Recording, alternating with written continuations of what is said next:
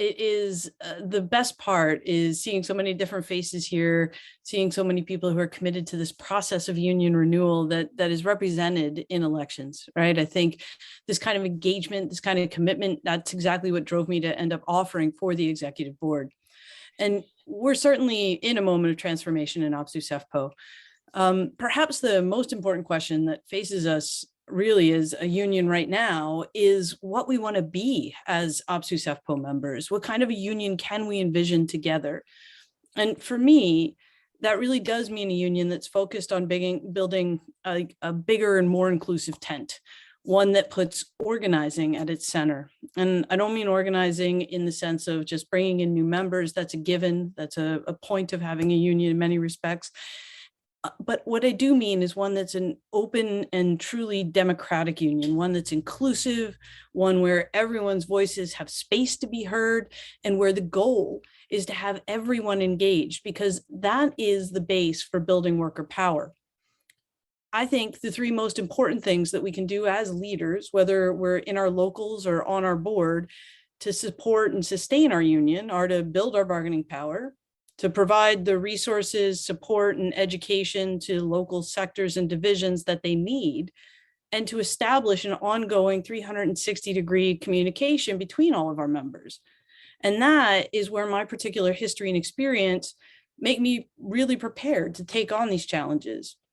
Many of you are already familiar with my background as a leader and activist in OPSU and in our communities. But there's a lot of you here who I haven't yet had the chance to meet and work with yet. And so I wanted to give you a quick summary of the experience that I bring to the positions of Region 5 Executive Board and potentially OPSU President. So I've been an OPSU SEFPO member and activist in Local 556, representing more than 1,000 full-time and contract faculty at George Brown College for over 20 years. I was recruited when I was fresh off of probation, and I've been a shop steward since 2004 and chief steward in my local since 2012. It's worth noting, though, in my local that the officers work together and take our decisions collaboratively. We work as a team. We don't work based on a set of titles. We are all deeply committed to connecting with our members.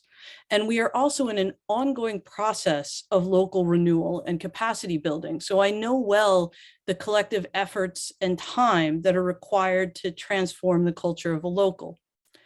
I was also elected to OPSU SEFPO's college, or CADE, divisional executive from 2012 to 2020, and I had terms both as vice chair and chair.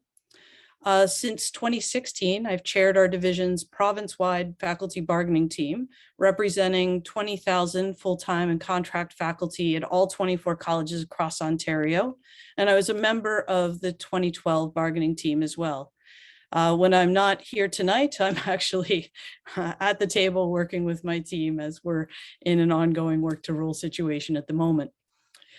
As the college faculty bargaining team chair, I've worked with our team, our 24 locals, OPSU staff, and elected officials to launch new structures, to keep our members, to keep our leaders and our locals engaged, to give them a real voice throughout the bargaining process at the local, the regional, and the provincial levels. I've led our bargaining campaign in our historic 5-week province-wide strike in 2017. And I'm currently leading our province-wide work to rule strike action in all 24 colleges to get our really intransigent employer back to the bargaining table to win a fair deal for faculty and for our students, because we don't see ourselves as outside of the communities in which we work, live, and serve. I've also been in a wide range of community and labor campaigns. I've been actively involved since I was a teenager in movements for women's rights and reproductive choice, as well as for the rights of members of the LGBTQ communities. In my day job, I am a professor in the School of Labor at George Brown College. And in both my union and community activism, I've worked and actively supported important mobilization efforts against racism and colonialism. Indeed, every course within the School of Labor starts with an acknowledgement of colonialism and a look at the impact of colonialism in our lives and the way work is shaped in Canada. I've been on our picket lines in Region 5 supporting locals. Most recently was out at the Black Creek Community Health Center with Butterfly and others, in their incredible and successful strike last summer. And they were actually my heroes walking those lines for the weeks that they did. And they also had some of the most fun picket lines I've been on in a while. I've worked closely with the Fight for 15 and Fairness, the Coalition for Decent Work and Health, and other groups that work for fair wages and working conditions for low wage contract and precarious workers, folks who are in Gig Workers United and other emerging organizations. In my day job, I've also established and maintained connections with a wide range of unions, labor organizations, and community groups who are committed to building a better society for all. So I've brought in hundreds of speakers, artists, and activists into classrooms each year as part of our annual labor fair, which is now well over 25 years old. And over the coming weeks from here out, not just tonight, I'm happy to answer any questions about my experience as a labor and community activist and leader, and how they inform my understanding of the challenges that we face in our own union within OPSEU-SEFPO, and how we can work together to build a stronger, more inclusive, and more democratic union. All of my experience as an activist and as an educator in labor and social justice movements, as well as my experience on boards and other organizations, has given me the skills, vision, and political and ethical framework to work together with you to build a better OPSEU-SEFPO. From my perspective, the first step, and this affects each of us as a member, is to build our bargaining power. The current approach to bargaining is not serving our members well. Successful bargaining doesn't only happen at the table with the employer, it also has to happen in our locals and in our workplaces and in the ways we engage with and organize our members throughout the bargaining cycle. It's about being prepared, both the members and the members of the bargaining team, to not just protect what we have, because right now we can look at inflation eating away our past gains, particularly in the context of Bill 124 and restrictions on public service sector wages, but also so that we can make gains. Bargaining has to be more than just an empty ritual. It has to be a place where workers know they can have a real impact on their wages, their benefits, their jobs, their workplaces, and on the public services that we all deliver. It's got to be a place where workers know they're going to be supported in fighting back against rollover agreements or concessions bargaining. One where teams are not pressured to limit their demands, but where they know they can fight for better working conditions, for good full-time jobs, and where we know that bargaining is exactly where real gains are possible, where real gains are won. And so we need a union that works to actively organize, educate, and mobilize members, one that supports strategies to link workers and locals together, that trains and supports mobilizers throughout the entire bargaining process, and that doesn't try to sell us on a deal because we know we have fought for and won the best settlement we can. Bargaining is a touchstone for member engagement. When we erode faith in the possibility of gains through bargaining, we demobilize our members and we make it harder to engage them going forward and to bring their power to our bargaining tables.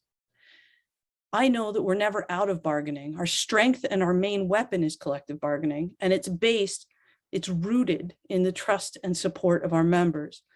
And I know that I can build that trust because I've already done it. I've done it in my division repeatedly. We've come through some pretty bad times in order to build to a division that is actually organized and ready to take action. But we've also worked to build that with others, to spread that across with the folks that we connect with. So we also need to direct better resources to our locals, our sectors, and our divisions. And that's not just about money. That's about staff and making sure that we are resourcing locals with what they need to build local capacity.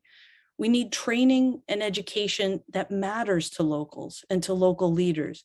We need good supports for new leaders and presidents.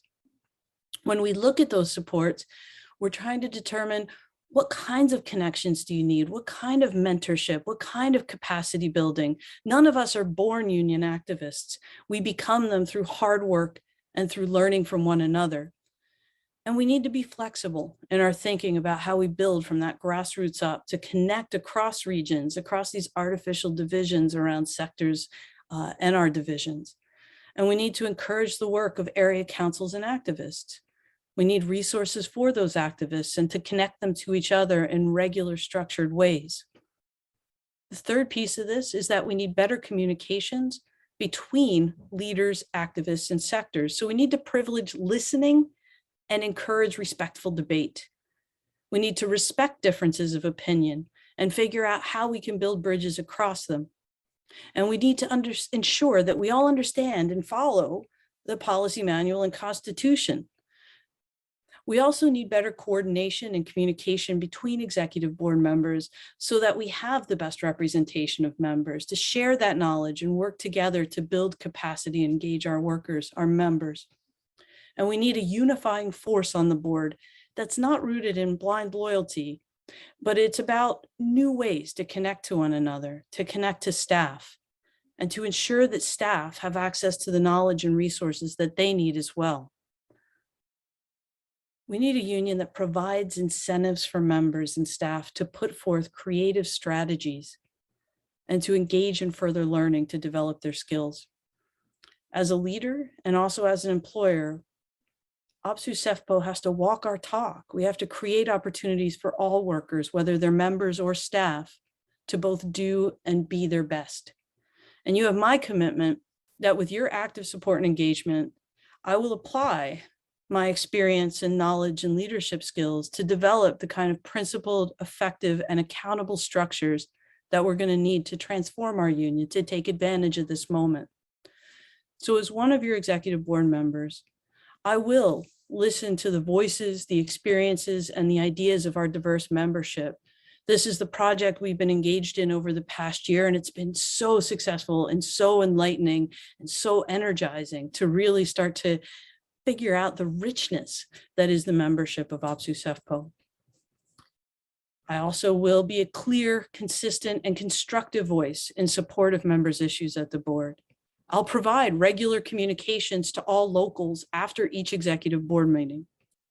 I'll be accessible and I'll be responsive to support members, leaders, and activists in every local in Region 5 with training, the resources, and the staff that you need to help identify priorities and what you need to actually achieve them. And I'll build all of the structures on the principles of equity, democracy, transparency, and environmental sustainability. If we do not center equity in every decision and discussion that we're having, then we have lost a major component of our strength. We have to do this from the grassroots up. And we need to support the development of new leadership structures that engage our entire membership in taking collective action to support workers, families, and communities across Region 5 in Ontario. The work that you do every day on behalf of your members and to protect and deliver quality public services in our communities is both seen and appreciated. I see it both in my colleges, but I also see it in the community services that are provided that make my life easier and the lives of every Ontarian richer.